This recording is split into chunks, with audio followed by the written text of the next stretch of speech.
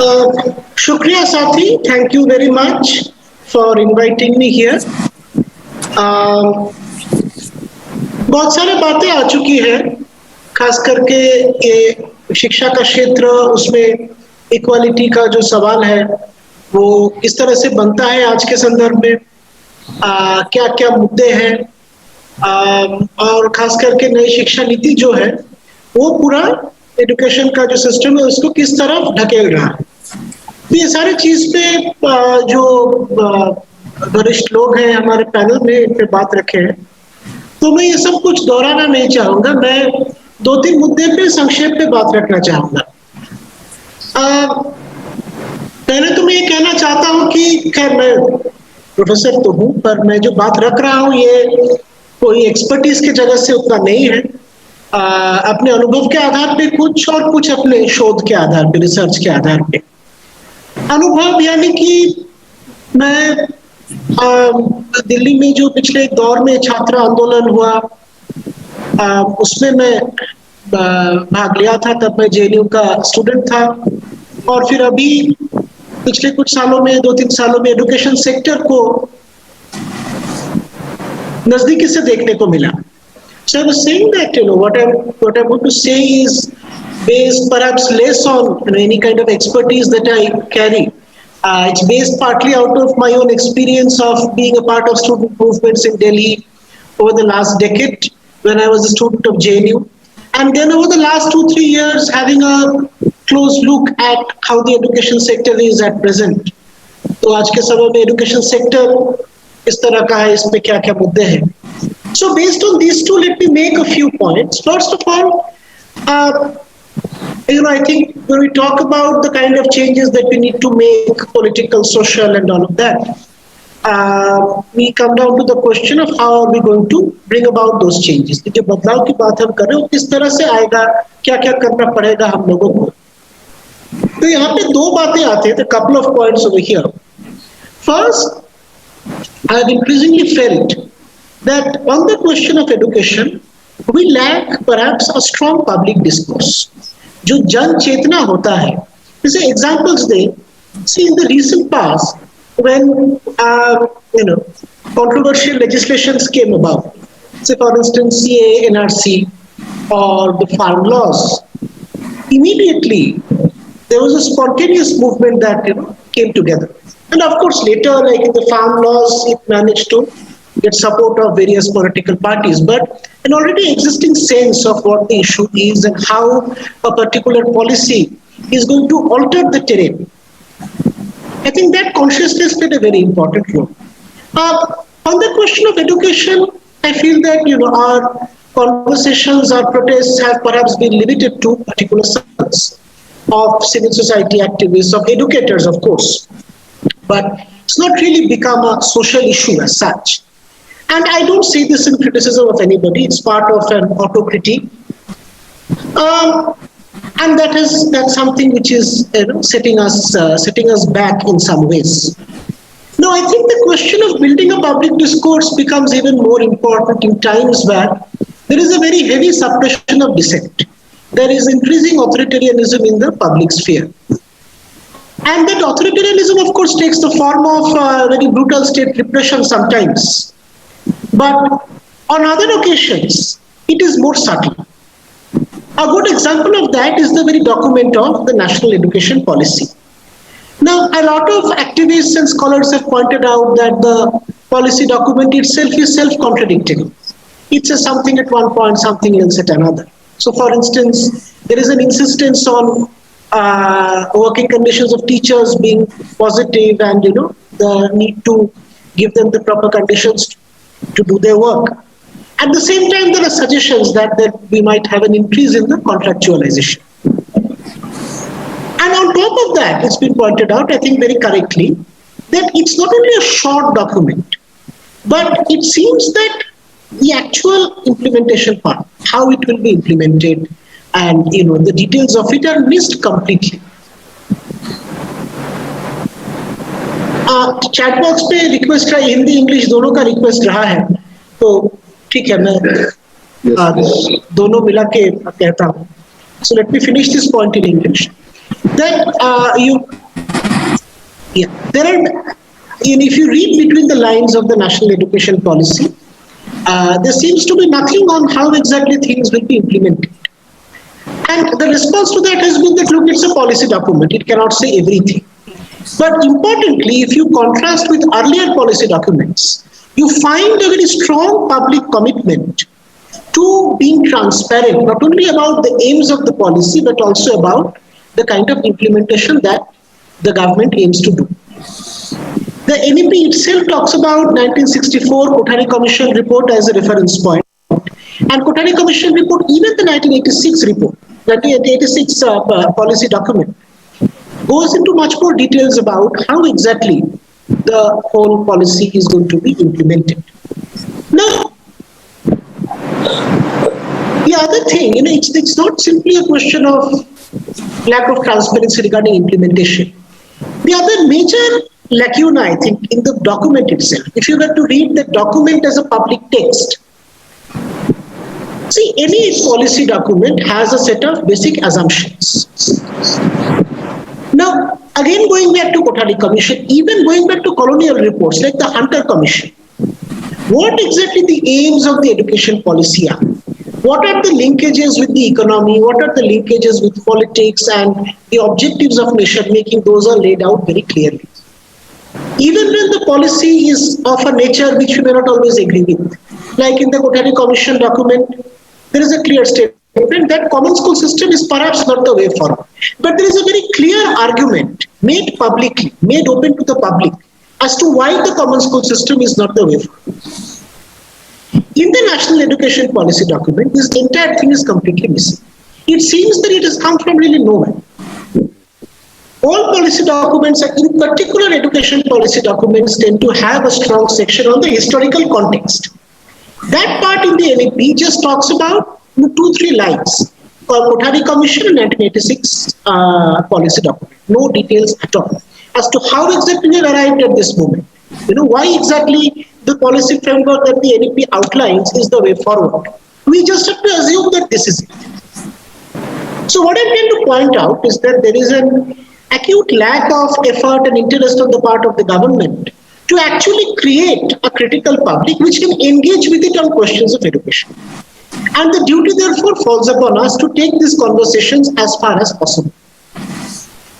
हिंदी में बोल दे तो मैं ये कहने का कोशिश कर रहा हूँ कि जो जन चेतना होता है, जो हमको देखने को मिला सीए एनआरसी के मुद्दे पे, या हमको देखने को मिला फार्म लॉज के मुद्दे पे, जब ये लॉज आया तो हमारे देश में जनता मौजूद था, इनको तुरंत समझ में आ गया कि इससे क्या होने वाला है, और लोग रास्ते पे उतर के एक आंदोलन खड़ा हो गया। उसके आगे जाके ठीक है, जैसे फार्म लॉज का मूवमेंट पे पॉलिटिकल सपोर्ट मिला, लेकिन शुरुआत में जब आंदोलन शुरू हुआ एक जन आंदोलन के रूप में ही ये निकल के आया। उसके पीछे कारण यही था कि जन चेतना मौजूद हो, लेकिन शिक्षा के मुद्दे पे शायद उस तरह का चेतना हमारे समाज में कम है, क्योंकि ये एनईपी के बाद भी जो बातचीत हुई ज्यादातर एडुकेटर्स जो है या सिविल सोसाइटी ग्रुप्स जो है इनमें सीमित रहा। प्रोटेस्ट हुए हैं लेकिन उस तरह से जन आंदोलन बना नहीं। तो ये जन चेतना बनाने का काम मेरे हिसाब से बहुत ही अहम एक काम है, इसलिए भी क्योंकि आज के समय में जो सरकार है वो ज्यादा से ज्यादा ऑथोरिटेरियन बनता जा रहा है, ज्यादा से ज्यादा डिसेंट को सप्रेस कर रहा है, ज्यादा से ज्यादा डिसेंट को सप्रेस कर रहा है। और ये डिसेंट को सप्रेस करने का एक तरीका तो है कि पुलिस के जरिए, यूएपीए के जरिए, सब एंटी-टेरर लॉ के जरिए कुछ ना कुछ तरीके से कोई ना कोई वजह डाल के लोगों को अंदर रखे। लेकिन और सटल तरीके से और छुपा हुआ तरीके से भी ये डिसेंट को सप्रेस किया जाता है। मतलब यही है कि आप एक क्रिटिकल सेंस लोगों में बनने ही ना दें। तो मुझे लगता है कि वो हमको देखने को मिल रहा है एनईपी में। एनईपी का जो डॉक्यूमेंट है वो अलग अलग जगह पे अपने आप को कॉन्ट्राडिक्ट करता है।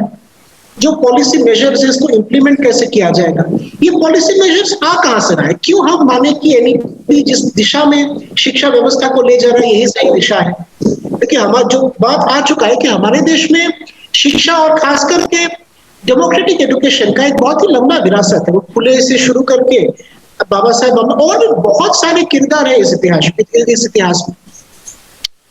पहले वाले एजुकेशन पॉलिसीज अगर देखें, जैसे कोठारी कमीशन, जैसे कोठारी कमीशन में भी ऐसे मेजर्स की बात है जिसके साथ शायद हम सहमत नहीं होंगे। जैसे कोठारी कमीशन कह रहे हैं कि कॉमन स्कूल सिस्टम शायद हो नहीं सकता, लेकिन कोठारी कमीशन रिपोर्ट में ये साफ साफ लिखा जा रहा है एकदम, मतलब पैराग्राफ बाई पैराग्राफ, कि क्यों उस संदर्भ में Kothari commission common school system को नहीं अपना रहा है।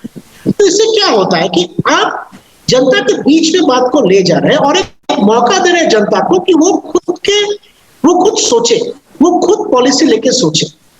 एक पॉलिसी लिटरेट जनता को बनाने का जो प्रक्रिया, जो कोई भी डेमोक्रेटिक गवर्नमेंट का काम होना चाहिए, उससे हमारे सरकार तेजी से पीछे हटा है। तो इसलिए शायद किस तरह से ये सारे मुद्दों को हम और भी जनता के बीच ले जा सके और जन चेतना बना सके, इस पे हमको गौर करने की जरूरत है। यहाँ पे चैट बॉक्स में बताई है कि बातचीत को बाइलिंगुअल करना जरूरी है।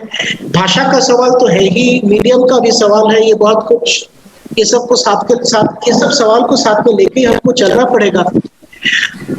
जन चेतना तो एक चीज है, दूसरा चीज है कि जो जन आंदोलन के साथ भी, मतलब शिक्षा का जो सवाल है, ये शिक्षा आंदोलन के अंदर से तो उठा ही है, छात्र आंदोलन के अंदर से भी उठा है, लेकिन तरह तरह के आंदोलन हो रहा है जिसके साथ शायद हमको जुड़ने की जरूरत है, मतलब फोरम के लेवल पे तो है, पर व्यक्तिगत रूप से भी। कुछ एग्जाम्पल्स दें, जैसे अब कुछ साथी है जो फार्म लॉज के खिलाफ जो मूवमेंट से इसमें भागीदारी ली और वहां पे जाके बात रखे कि जो शिक्षा का जो डायरेक्शन है, जो एक लार्ज स्केल कॉर्पोरेटाइजेशन चल रहा है, तो कहीं तो जाके शायद मिल जाता है। शिक्षा का मुद्दा और फार्म लॉस का मुद्दा कहीं पे एक मेल है और हमको साथ लड़ना पड़ेगा। ये हम अगर मजदूर आंदोलन की बात करें तो मजदूर आंदोलन इंक्रीजिंगली देखा जा रहा है कि एनईपी के साथ साथ, और पहले से ही प्रक्रिया चल रहा था कि एक वोकेशनल एजुकेशन का सिस्टम लाया जाए which will strike at the heart of any democratic education, जो एकदम बचपन से ही क्लास 5-6 से ही स्टूडेंट्स वोकेशनल एजुकेशन में चले जाए। और जो एक बहुत ही अनइक्वल सिस्टम है, इसका मतलब यही होगा कि ज्यादातर ये बच्चे हाशिए में रहने वाले कम्युनिटीज के बच्चे शायद होंगे। तो इस संदर्भ में शिक्षा के साथ जो श्रम का संबंध है, जो एक तरह से शिक्षा को स्ट्रक्चर किया जा रहा है टू प्रोड्यूस चीप लेबर, तो ये मुद्दा अपने तरीके से मजदूर आंदोलन से भी उभर के आ रहा है। इसके साथ जुड़ा हुआ है एनईपी में जो है कि फंडामेंटल राइट्स की बात नहीं की गई है। तो मान लीजिए कोई आदमी क्लास 5 या 6 से वोकेशनल एजुकेशन में भी जाए, क्या वो ये नॉलेज देके जाएगा कि एज अ वर्कर मेरे पास क्या क्या फंडामेंटल राइट्स है, क्या मैं डिमांड कर सकता हूँ? क्या ये नॉलेज उसके पास नहीं होगा? तो शायद इस जगह पे जाके शिक्षा का मुद्दा मजदूरी का मुद्दा से भी जुड़ जाता है। तीसरा मुद्दा जो देखने को मिल रहा है कि स्टूडेंट मूवमेंट्स के ऊपर भारी तरह से स्टेट रिप्रेशन चल रहा है। स्टूडेंट्स जो, इट्स नॉट नेसेसरी कि स्टूडेंट्स शिक्षा का मुद्दा लेके लड़ रहे हैं, पर कोई भी मुद्दा लेके जो लड़ रहे हैं, वो शायद सीए, एनआरसी हो, जो भी हो, उनको अंदर किया जा रहा है, यूएपीए लगा दिया जा रहा है, सालों साल जेल में शायद रखा जाएगा उन लोगों को। तो क्या है ये मुद्दे, इसके साथ क्या हमारा कोई संबंध है? तो मुझे पर्सनली जो लगता है कि देखिए ये जिस तरह के कॉलेजेस और यूनिवर्सिटीज में रिप्रेशन हो रहा है, वो ऐसे कॉलेजेस यूनिवर्सिटीज है जहाँ पे एक डेमोक्रेटिक एजुकेशन का एफर्ट रहा है through deprivation points, through affirmative action, through subsidies, और जिसके चलते ये एक सोशल चर्निंग हो पाए इन स्पेसेस। और उसी सोशल चर्निंग से एक अन्य भारत का आइडिया निकल के आ रहा है, जो अभी का जो ब्राह्मणवादी रेजिम है, जो उसे थ्रेटेंड फील कर रहा है। तो कहीं पे जाके इन स्टूडेंट्स जो है, इन स्टूडेंट्स का जो राइट टू डिसेंट है, इसके साथ भी हमें से जो लोग शिक्षा का मुद्दा पे काम कर रहे हैं, शायद जुड़ने का जरूरत है, सॉलिडारिटी में रहने का जरूरत है। So I was talking about, on top of public discourse, how do we connect with movements? On the question of education, there are many localized movements that have been going on. After NEP also, there have been many protests here and there. But I was also wondering, how do we connect with movements on other issues? So, for instance, there are people engaged in education who have been participating in the anti-farm law movements with an understanding that the kind of attack happening, the kind of in mass shift to corporatized agriculture also mirrors the kind of in mass shift to corporatized education that we are perhaps moving towards. मैं ये भी जोड़ना चाहूंगा यहाँ पे कि जैसे NEP में एक डिफरेंस रखा गया है बिटवीन प्राइवेटाइजेशन एंड कमर्शियलाइजेशन। मतलब प्राइवेट सेक्टर काम कर सकता है शिक्षा में जहां तक वो नॉट फॉर प्रॉफिट काम कर रहे हैं, तो वो तो एक बात है। लेकिन जैसे हम इतिहास में देखें कि प्राइवेट सेक्टर का एक भूमिका रहा है अलग अलग समय में शिक्षा व्यवस्था को बेहतर बनाने में, पर सरकार को सपोर्ट करना, सरकार को हेल्प करना शिक्षा व्यवस्था को और बेहतर बनाने में, वो एक चीज है। और एक large scale corporatization is perhaps something else, and it's not very clear to us as yet कि किस तरह से ये धीरे धीरे हो रहा है, किस तरह से very slowly we are crossing the boundary from privatization to large scale and massive level corporatization. And it is with these confusions and questions that friends and comrades working in education have tried to be in solidarity with the anti-farm law. There is also a very strong working class movement which is emerging in our country. It is still quite invisible, but it is clearly emerging. Something we see, say, in the way Nadeep Kaur has emerged as an important face of the farm law, anti-farm law movement, talking about worker-farmer unity. Now, there is an important way in which I think the question of education connects with the question of work and labor. Because with an increasing shift to vocationalization that is being put forward, there is an effort to mold education to produce cheap labor. And if you add to that the removal of pension of say, fundamental rights from NEP, so you have people largely belonging to historically marginalized backgrounds moving into vocational education from an early age, even before completing class 10. They're not going to go with a clear sense of what their fundamental rights are as workers. So, ये जो education being molded to produce cheap labor, that is an important interface emerging perhaps between education movements and working class movements. And thirdly, what I was mentioning was that, see, even when it comes to movements which don't necessarily have anything to do with education, say CA, NRC, there are many young students who have been imprisoned and will be charged under UAPA for actively participating and leading the anti-CA NRC movement. Now, that is of course an attack on the anti-CA NRC movement. But insofar as the leadership and was partly in the hands of students, it is also an attack on student dissent. And we are clear that it is very specific kinds of educational spaces which are being attacked. Say Jamia Millia Islamia or Aligarh Muslim University or Jadavpur University, publicly funded education which over many years has produced a social churning in these spaces because of affirmative action, reservation, subsidies, so on and so forth, which has created alternative imaginations of our national futures, which the current Hindutva regime finds threatening. So at some level, maybe we need to stand in solidarity with these movements and these students also. The last point I want to make very briefly is a more personal point, because I personally keep getting bothered about this question, that we are functioning under circumstances where very large, perhaps, I don't know if there's anyone who is engaged in questions of education, who are part of the world of education, who can claim to be completely outside what we call the private sector. How do we handle our locations personally?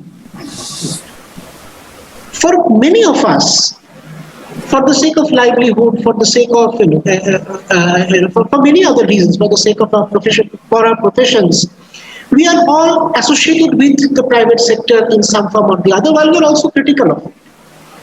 So personally, how do we negotiate our locations to be able to actually fight for a public education system that can realize the goals of equality and freedom in the way Baba Saheb Ambedkar, Jyotirao Phule dreamed of? Hindi में बोलते हैं तो संक्षेप में कि ये सवाल मेरे लिए व्यक्तिगत सवाल भी है, क्योंकि मैं, मेरे बहुत सारे दोस्त ऐसे, बहुत सारे साथी ऐसे हैं जो प्राइवेटाइजेशन के बारे में क्रिटिकल भी है, लेकिन साथ ही में अपने काम के सिलसिले में किसी ना किसी तरह से प्राइवेट सेक्टर के साथ जुड़े हुए हैं। तो व्यक्तिगत तौर पे हम कैसे इस तरह को कैसे कैसे इसको रिजॉल्व करें कि हम एक तरह से प्राइवेट सेक्टर के साथ हमारा जो इंटरफेस है उसको हम क्या पूरी तरह से नकार सकते हैं, अगर नहीं नकार सकते तो कैसे इसके अंदर रह के भी इसके प्राइवेटाइजेशन के बारे में एक क्रिटिकल रहे और किसी तरह से we try to move towards movement towards politics which can create a publicly funded education system. तो ये तीन मुद्दा है जिस पर बात रखना चाहा कि जन चेतना बनाने का जरूरत, अलग अलग आंदोलन के साथ जुड़ने का जरूरत और व्यक्तिगत तौर पे ये सारे सवालों को लाने का जरूरत, क्योंकि ये हम इग्नोर भी नहीं कर सकते कि हम प्राइवेट सेक्टर के साथ जुड़े हुए अलग अलग तरह से, तो क्या है हम व्यक्तिगत तौर पे मानते हैं कि पब्लिकली फंडेड एजुकेशन से चाहिए, वो मैं मान सकता हूँ, लेकिन हम कैसे उसके लिए काम करेंगे ये सवाल है। So we can not ignore the personal question also, and how do we negotiate with this, how do we resolve this, and it has to be a collective effort. ये सवाल का जवाब कलेक्टिवली ही हमको ढूंढना पड़ेगा। So these are some points that I had in mind, which I wanted to share with you. Thank you very much, Inkilab Zanda. धन्यवाद doctor आकाश भट्टाचार्य साहब। अभी भट्टाचार्य जी बता रहे थे कि शिक्षा में बदलाव लाने के लिए जन चेतना का निर्माण महत्वपूर्ण काम है और उसके लिए जन आंदोलन और विभिन्न अलग अलग जन आंदोलनों से को भी शिक्षा एडॉप्ट करने की, शिक्षा के मुद्दे को एडॉप्ट करने की और शिक्षा के लिए जो आंदोलनरत समूह है वह भी दूसरे आंदोलनों का सहयोगी होने की जरूरत है। तभी हम सब एक बड़े सामाजिक बदलाव, और यह एक जब सामाजिक बदलाव होगा तभी हम शिक्षा में बदलाव की अपेक्षा कर सकते हैं। धन्यवाद डॉक्टर आकाश भट्टाचार्य साहब। और अब मैं सृजिता जी से अनुरोध करता हूं कि मित्र रंजन जी से अनुरोध करता हूं कि कोई प्रश्न अगर किन्हीं खास वक्ता से है तो वे बता दें, उसका सब उत्तर देने की कोशिश करेंगे हमारे वक्ता। मित्र रंजन जी। हेलो, हाँ आवाज जा रही है अनिल जी?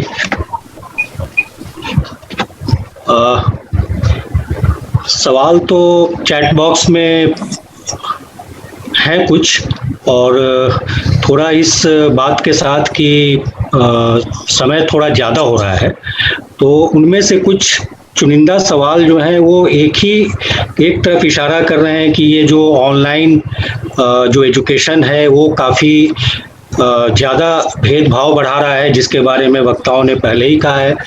उसके अलावे जो स्कूलों पे कोई रेगुलेशंस नहीं है, उनके ऊपर कोई लगाम नहीं है, जिसके कारण फीस से लेकर के तमाम चीज़ों में उनकी मनमानी जारी रहती है। ये एक सवाल है।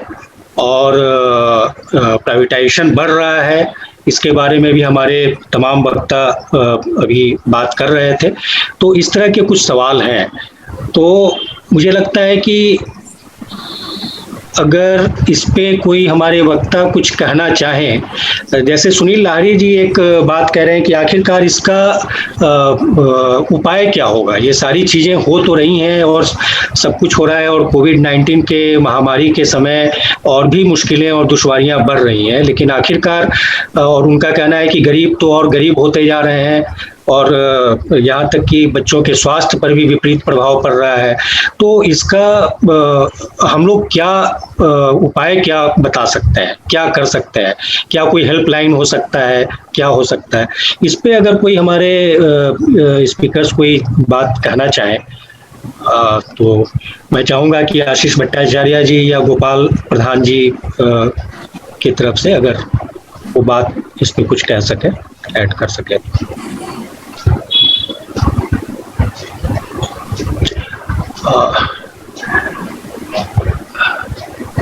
गोपाल जी कुछ कहना चाहेंगे तो आपका माइक मैंने आपको रिक्वेस्ट भेजा है माइक अनम्यूट के लिए।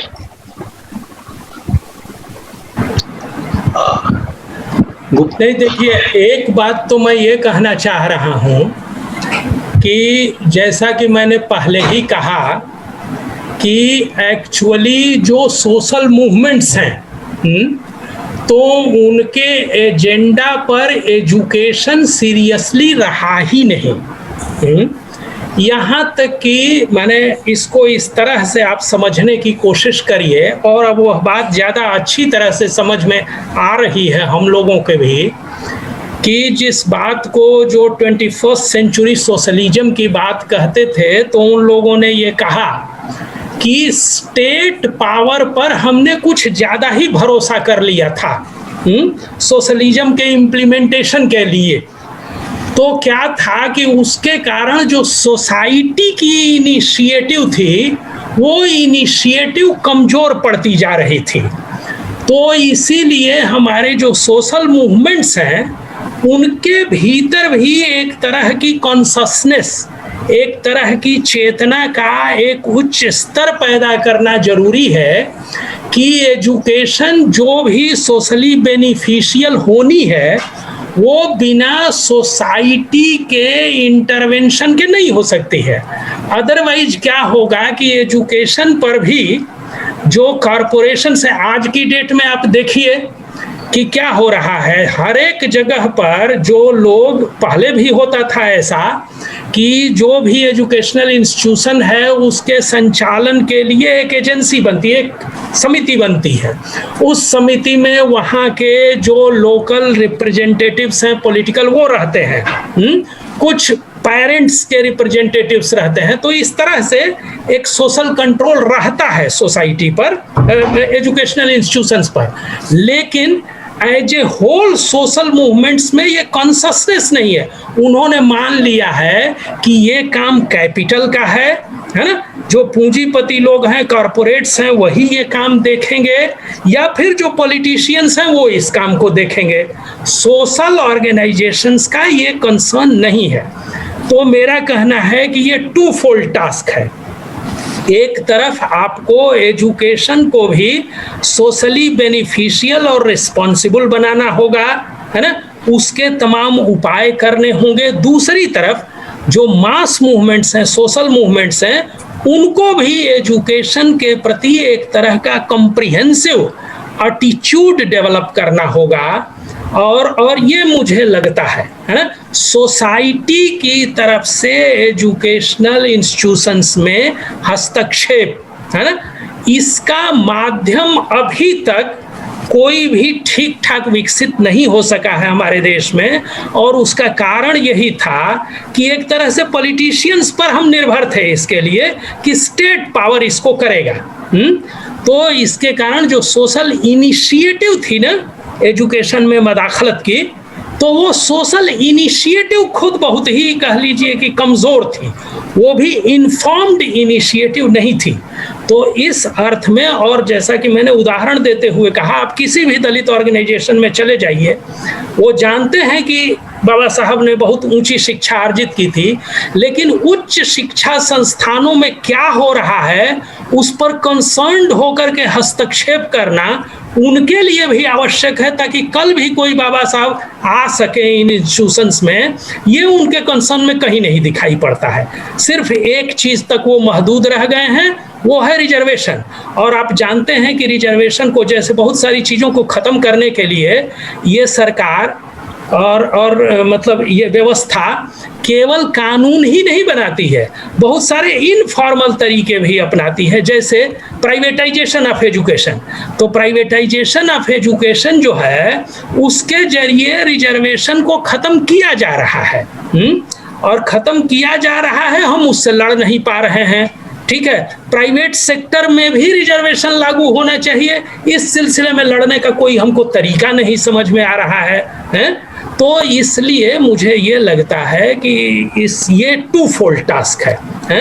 एजुकेशनल इंस्टीट्यूशंस को भी रिस्पॉन्सिबल बनाने का तरीका खोजना होगा, और दूसरी तरफ जो सोशल मूवमेंट्स हैं, जो मास मूवमेंट्स हैं, उनको भी एजुकेशन के प्रति अपना इन्फॉर्म्ड कंसर्न वो बढ़ाना होगा। तो हमको तो यही लग रहा है। शुक्रिया गोपाल भाई।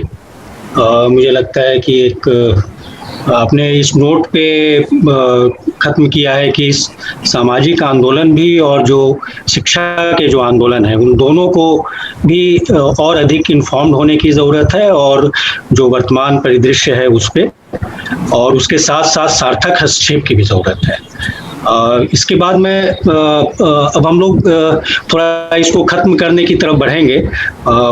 श्रीनिवास राव जी हैं। Sir, can you tell some points और last just time please unmute. Thank you, Ranjan ji. See, I think I completely agree with Gopal Pradhan ji.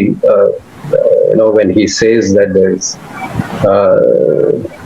too much of dependence on the state and too much of faith and trust actually reposed on the state. Along with that, I think, what the very nature of the state, about which Akash also highlighted, has also transformed during the past few years. I think, those 2-3 decades, the very nature of the state actually has also transformed. One thing that seemed to have happened actually with this transformation of the nature of state is that the kind of social movements or labor movements or political movements actually which Akash is asking for and is trying to highlight have completely gone into the dim light.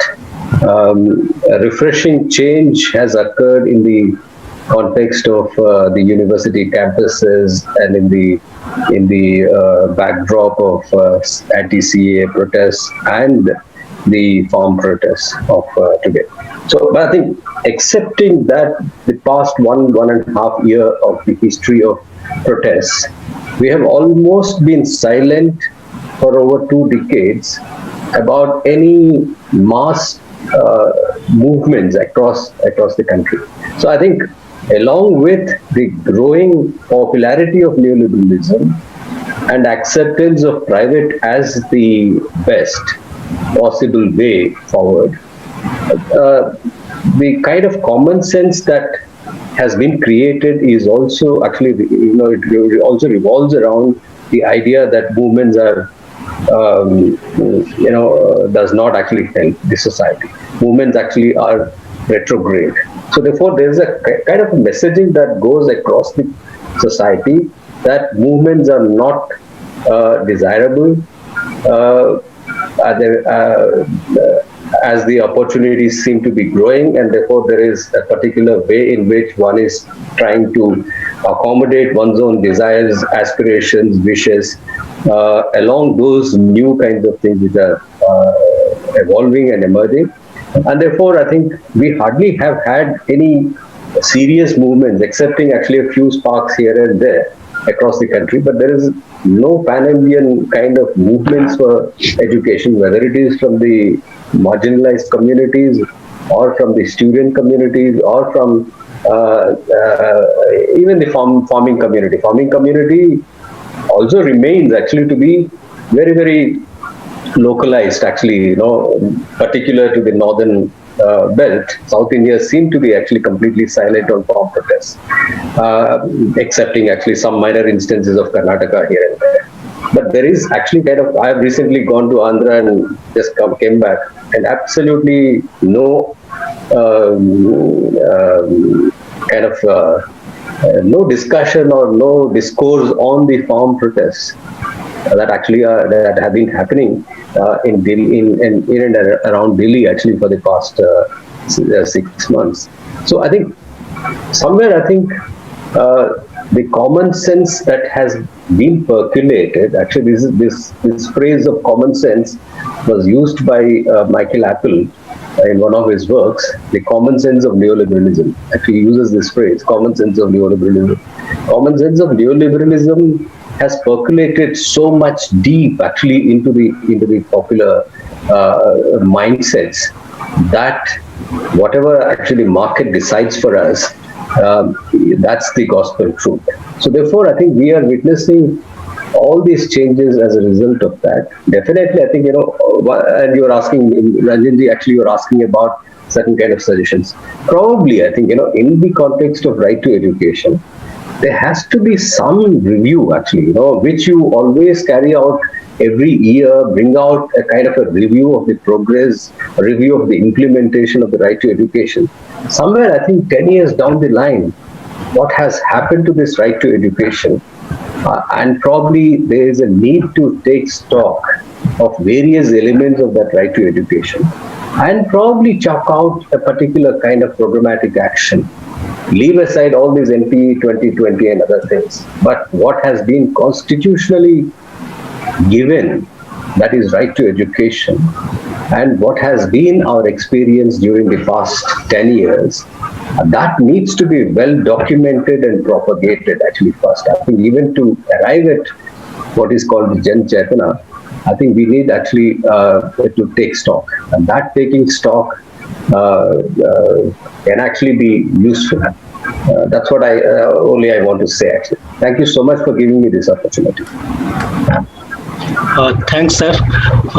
मुझे लगता है कि अब इस discussion का हम लोग अंतिम चरण में पहुंच गए चुके, और बहुत ही ये आपकी बात सही है और ये सजेशन भी कि भारतीय एक्ट के पूरे इम्प्लीमेंटेशन में हम लोग लगातार बल्कि मांग भी करते रहे हैं, और अदर सिविल सोसाइटीज़ के जो लोग हैं वो भी, कि राइट टू एजुकेशन एक्ट अभी तक केवल 12% स्कूलों तक पहुंच पाया है, और एक लंबी दूरी तय करनी होगी अभी भी, तो उसमें क्या दिक्कतें हैं इस पे निश्चित तौर पे उसका स्टॉक लेना चाहिए।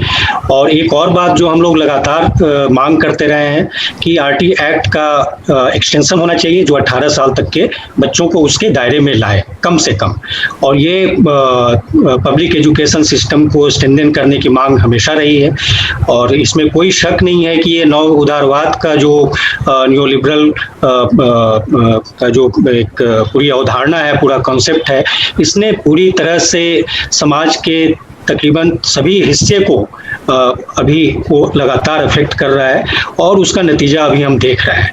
तो मैं इस डिस्कशन को यहाँ पे, चूँकि समय नहीं है, लेकिन ये डिस्कशन तो आगे जारी रहेगा, हम लोग लगातार इस पे बात करते रहेंगे, और अपने जो वक्ता हैं उनको मैं बहुत बहुत धन्यवाद देना चाहूँगा कि काफ़ी शॉर्ट नोटिस में हम लोग बात कर पाए, और फिर सब लोगों ने एग्री किया, और काफ़ी सकारात्मक तरीके से यहाँ पे बातचीत हुई।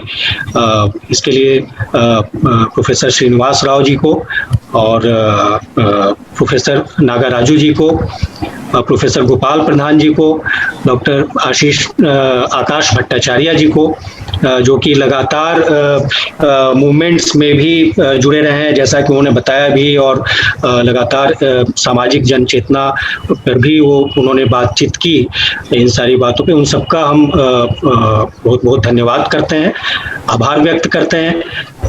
अमरीश जी ने पूरे शुरुआत में जो उन्होंने बातचीत की, और लगातार वो एक इंस्पिरेशन का काम करते रहे हैं हम लोग सबके साथ एक संगठक के बतौर, उनका हम बहुत धन्यवाद करते हैं।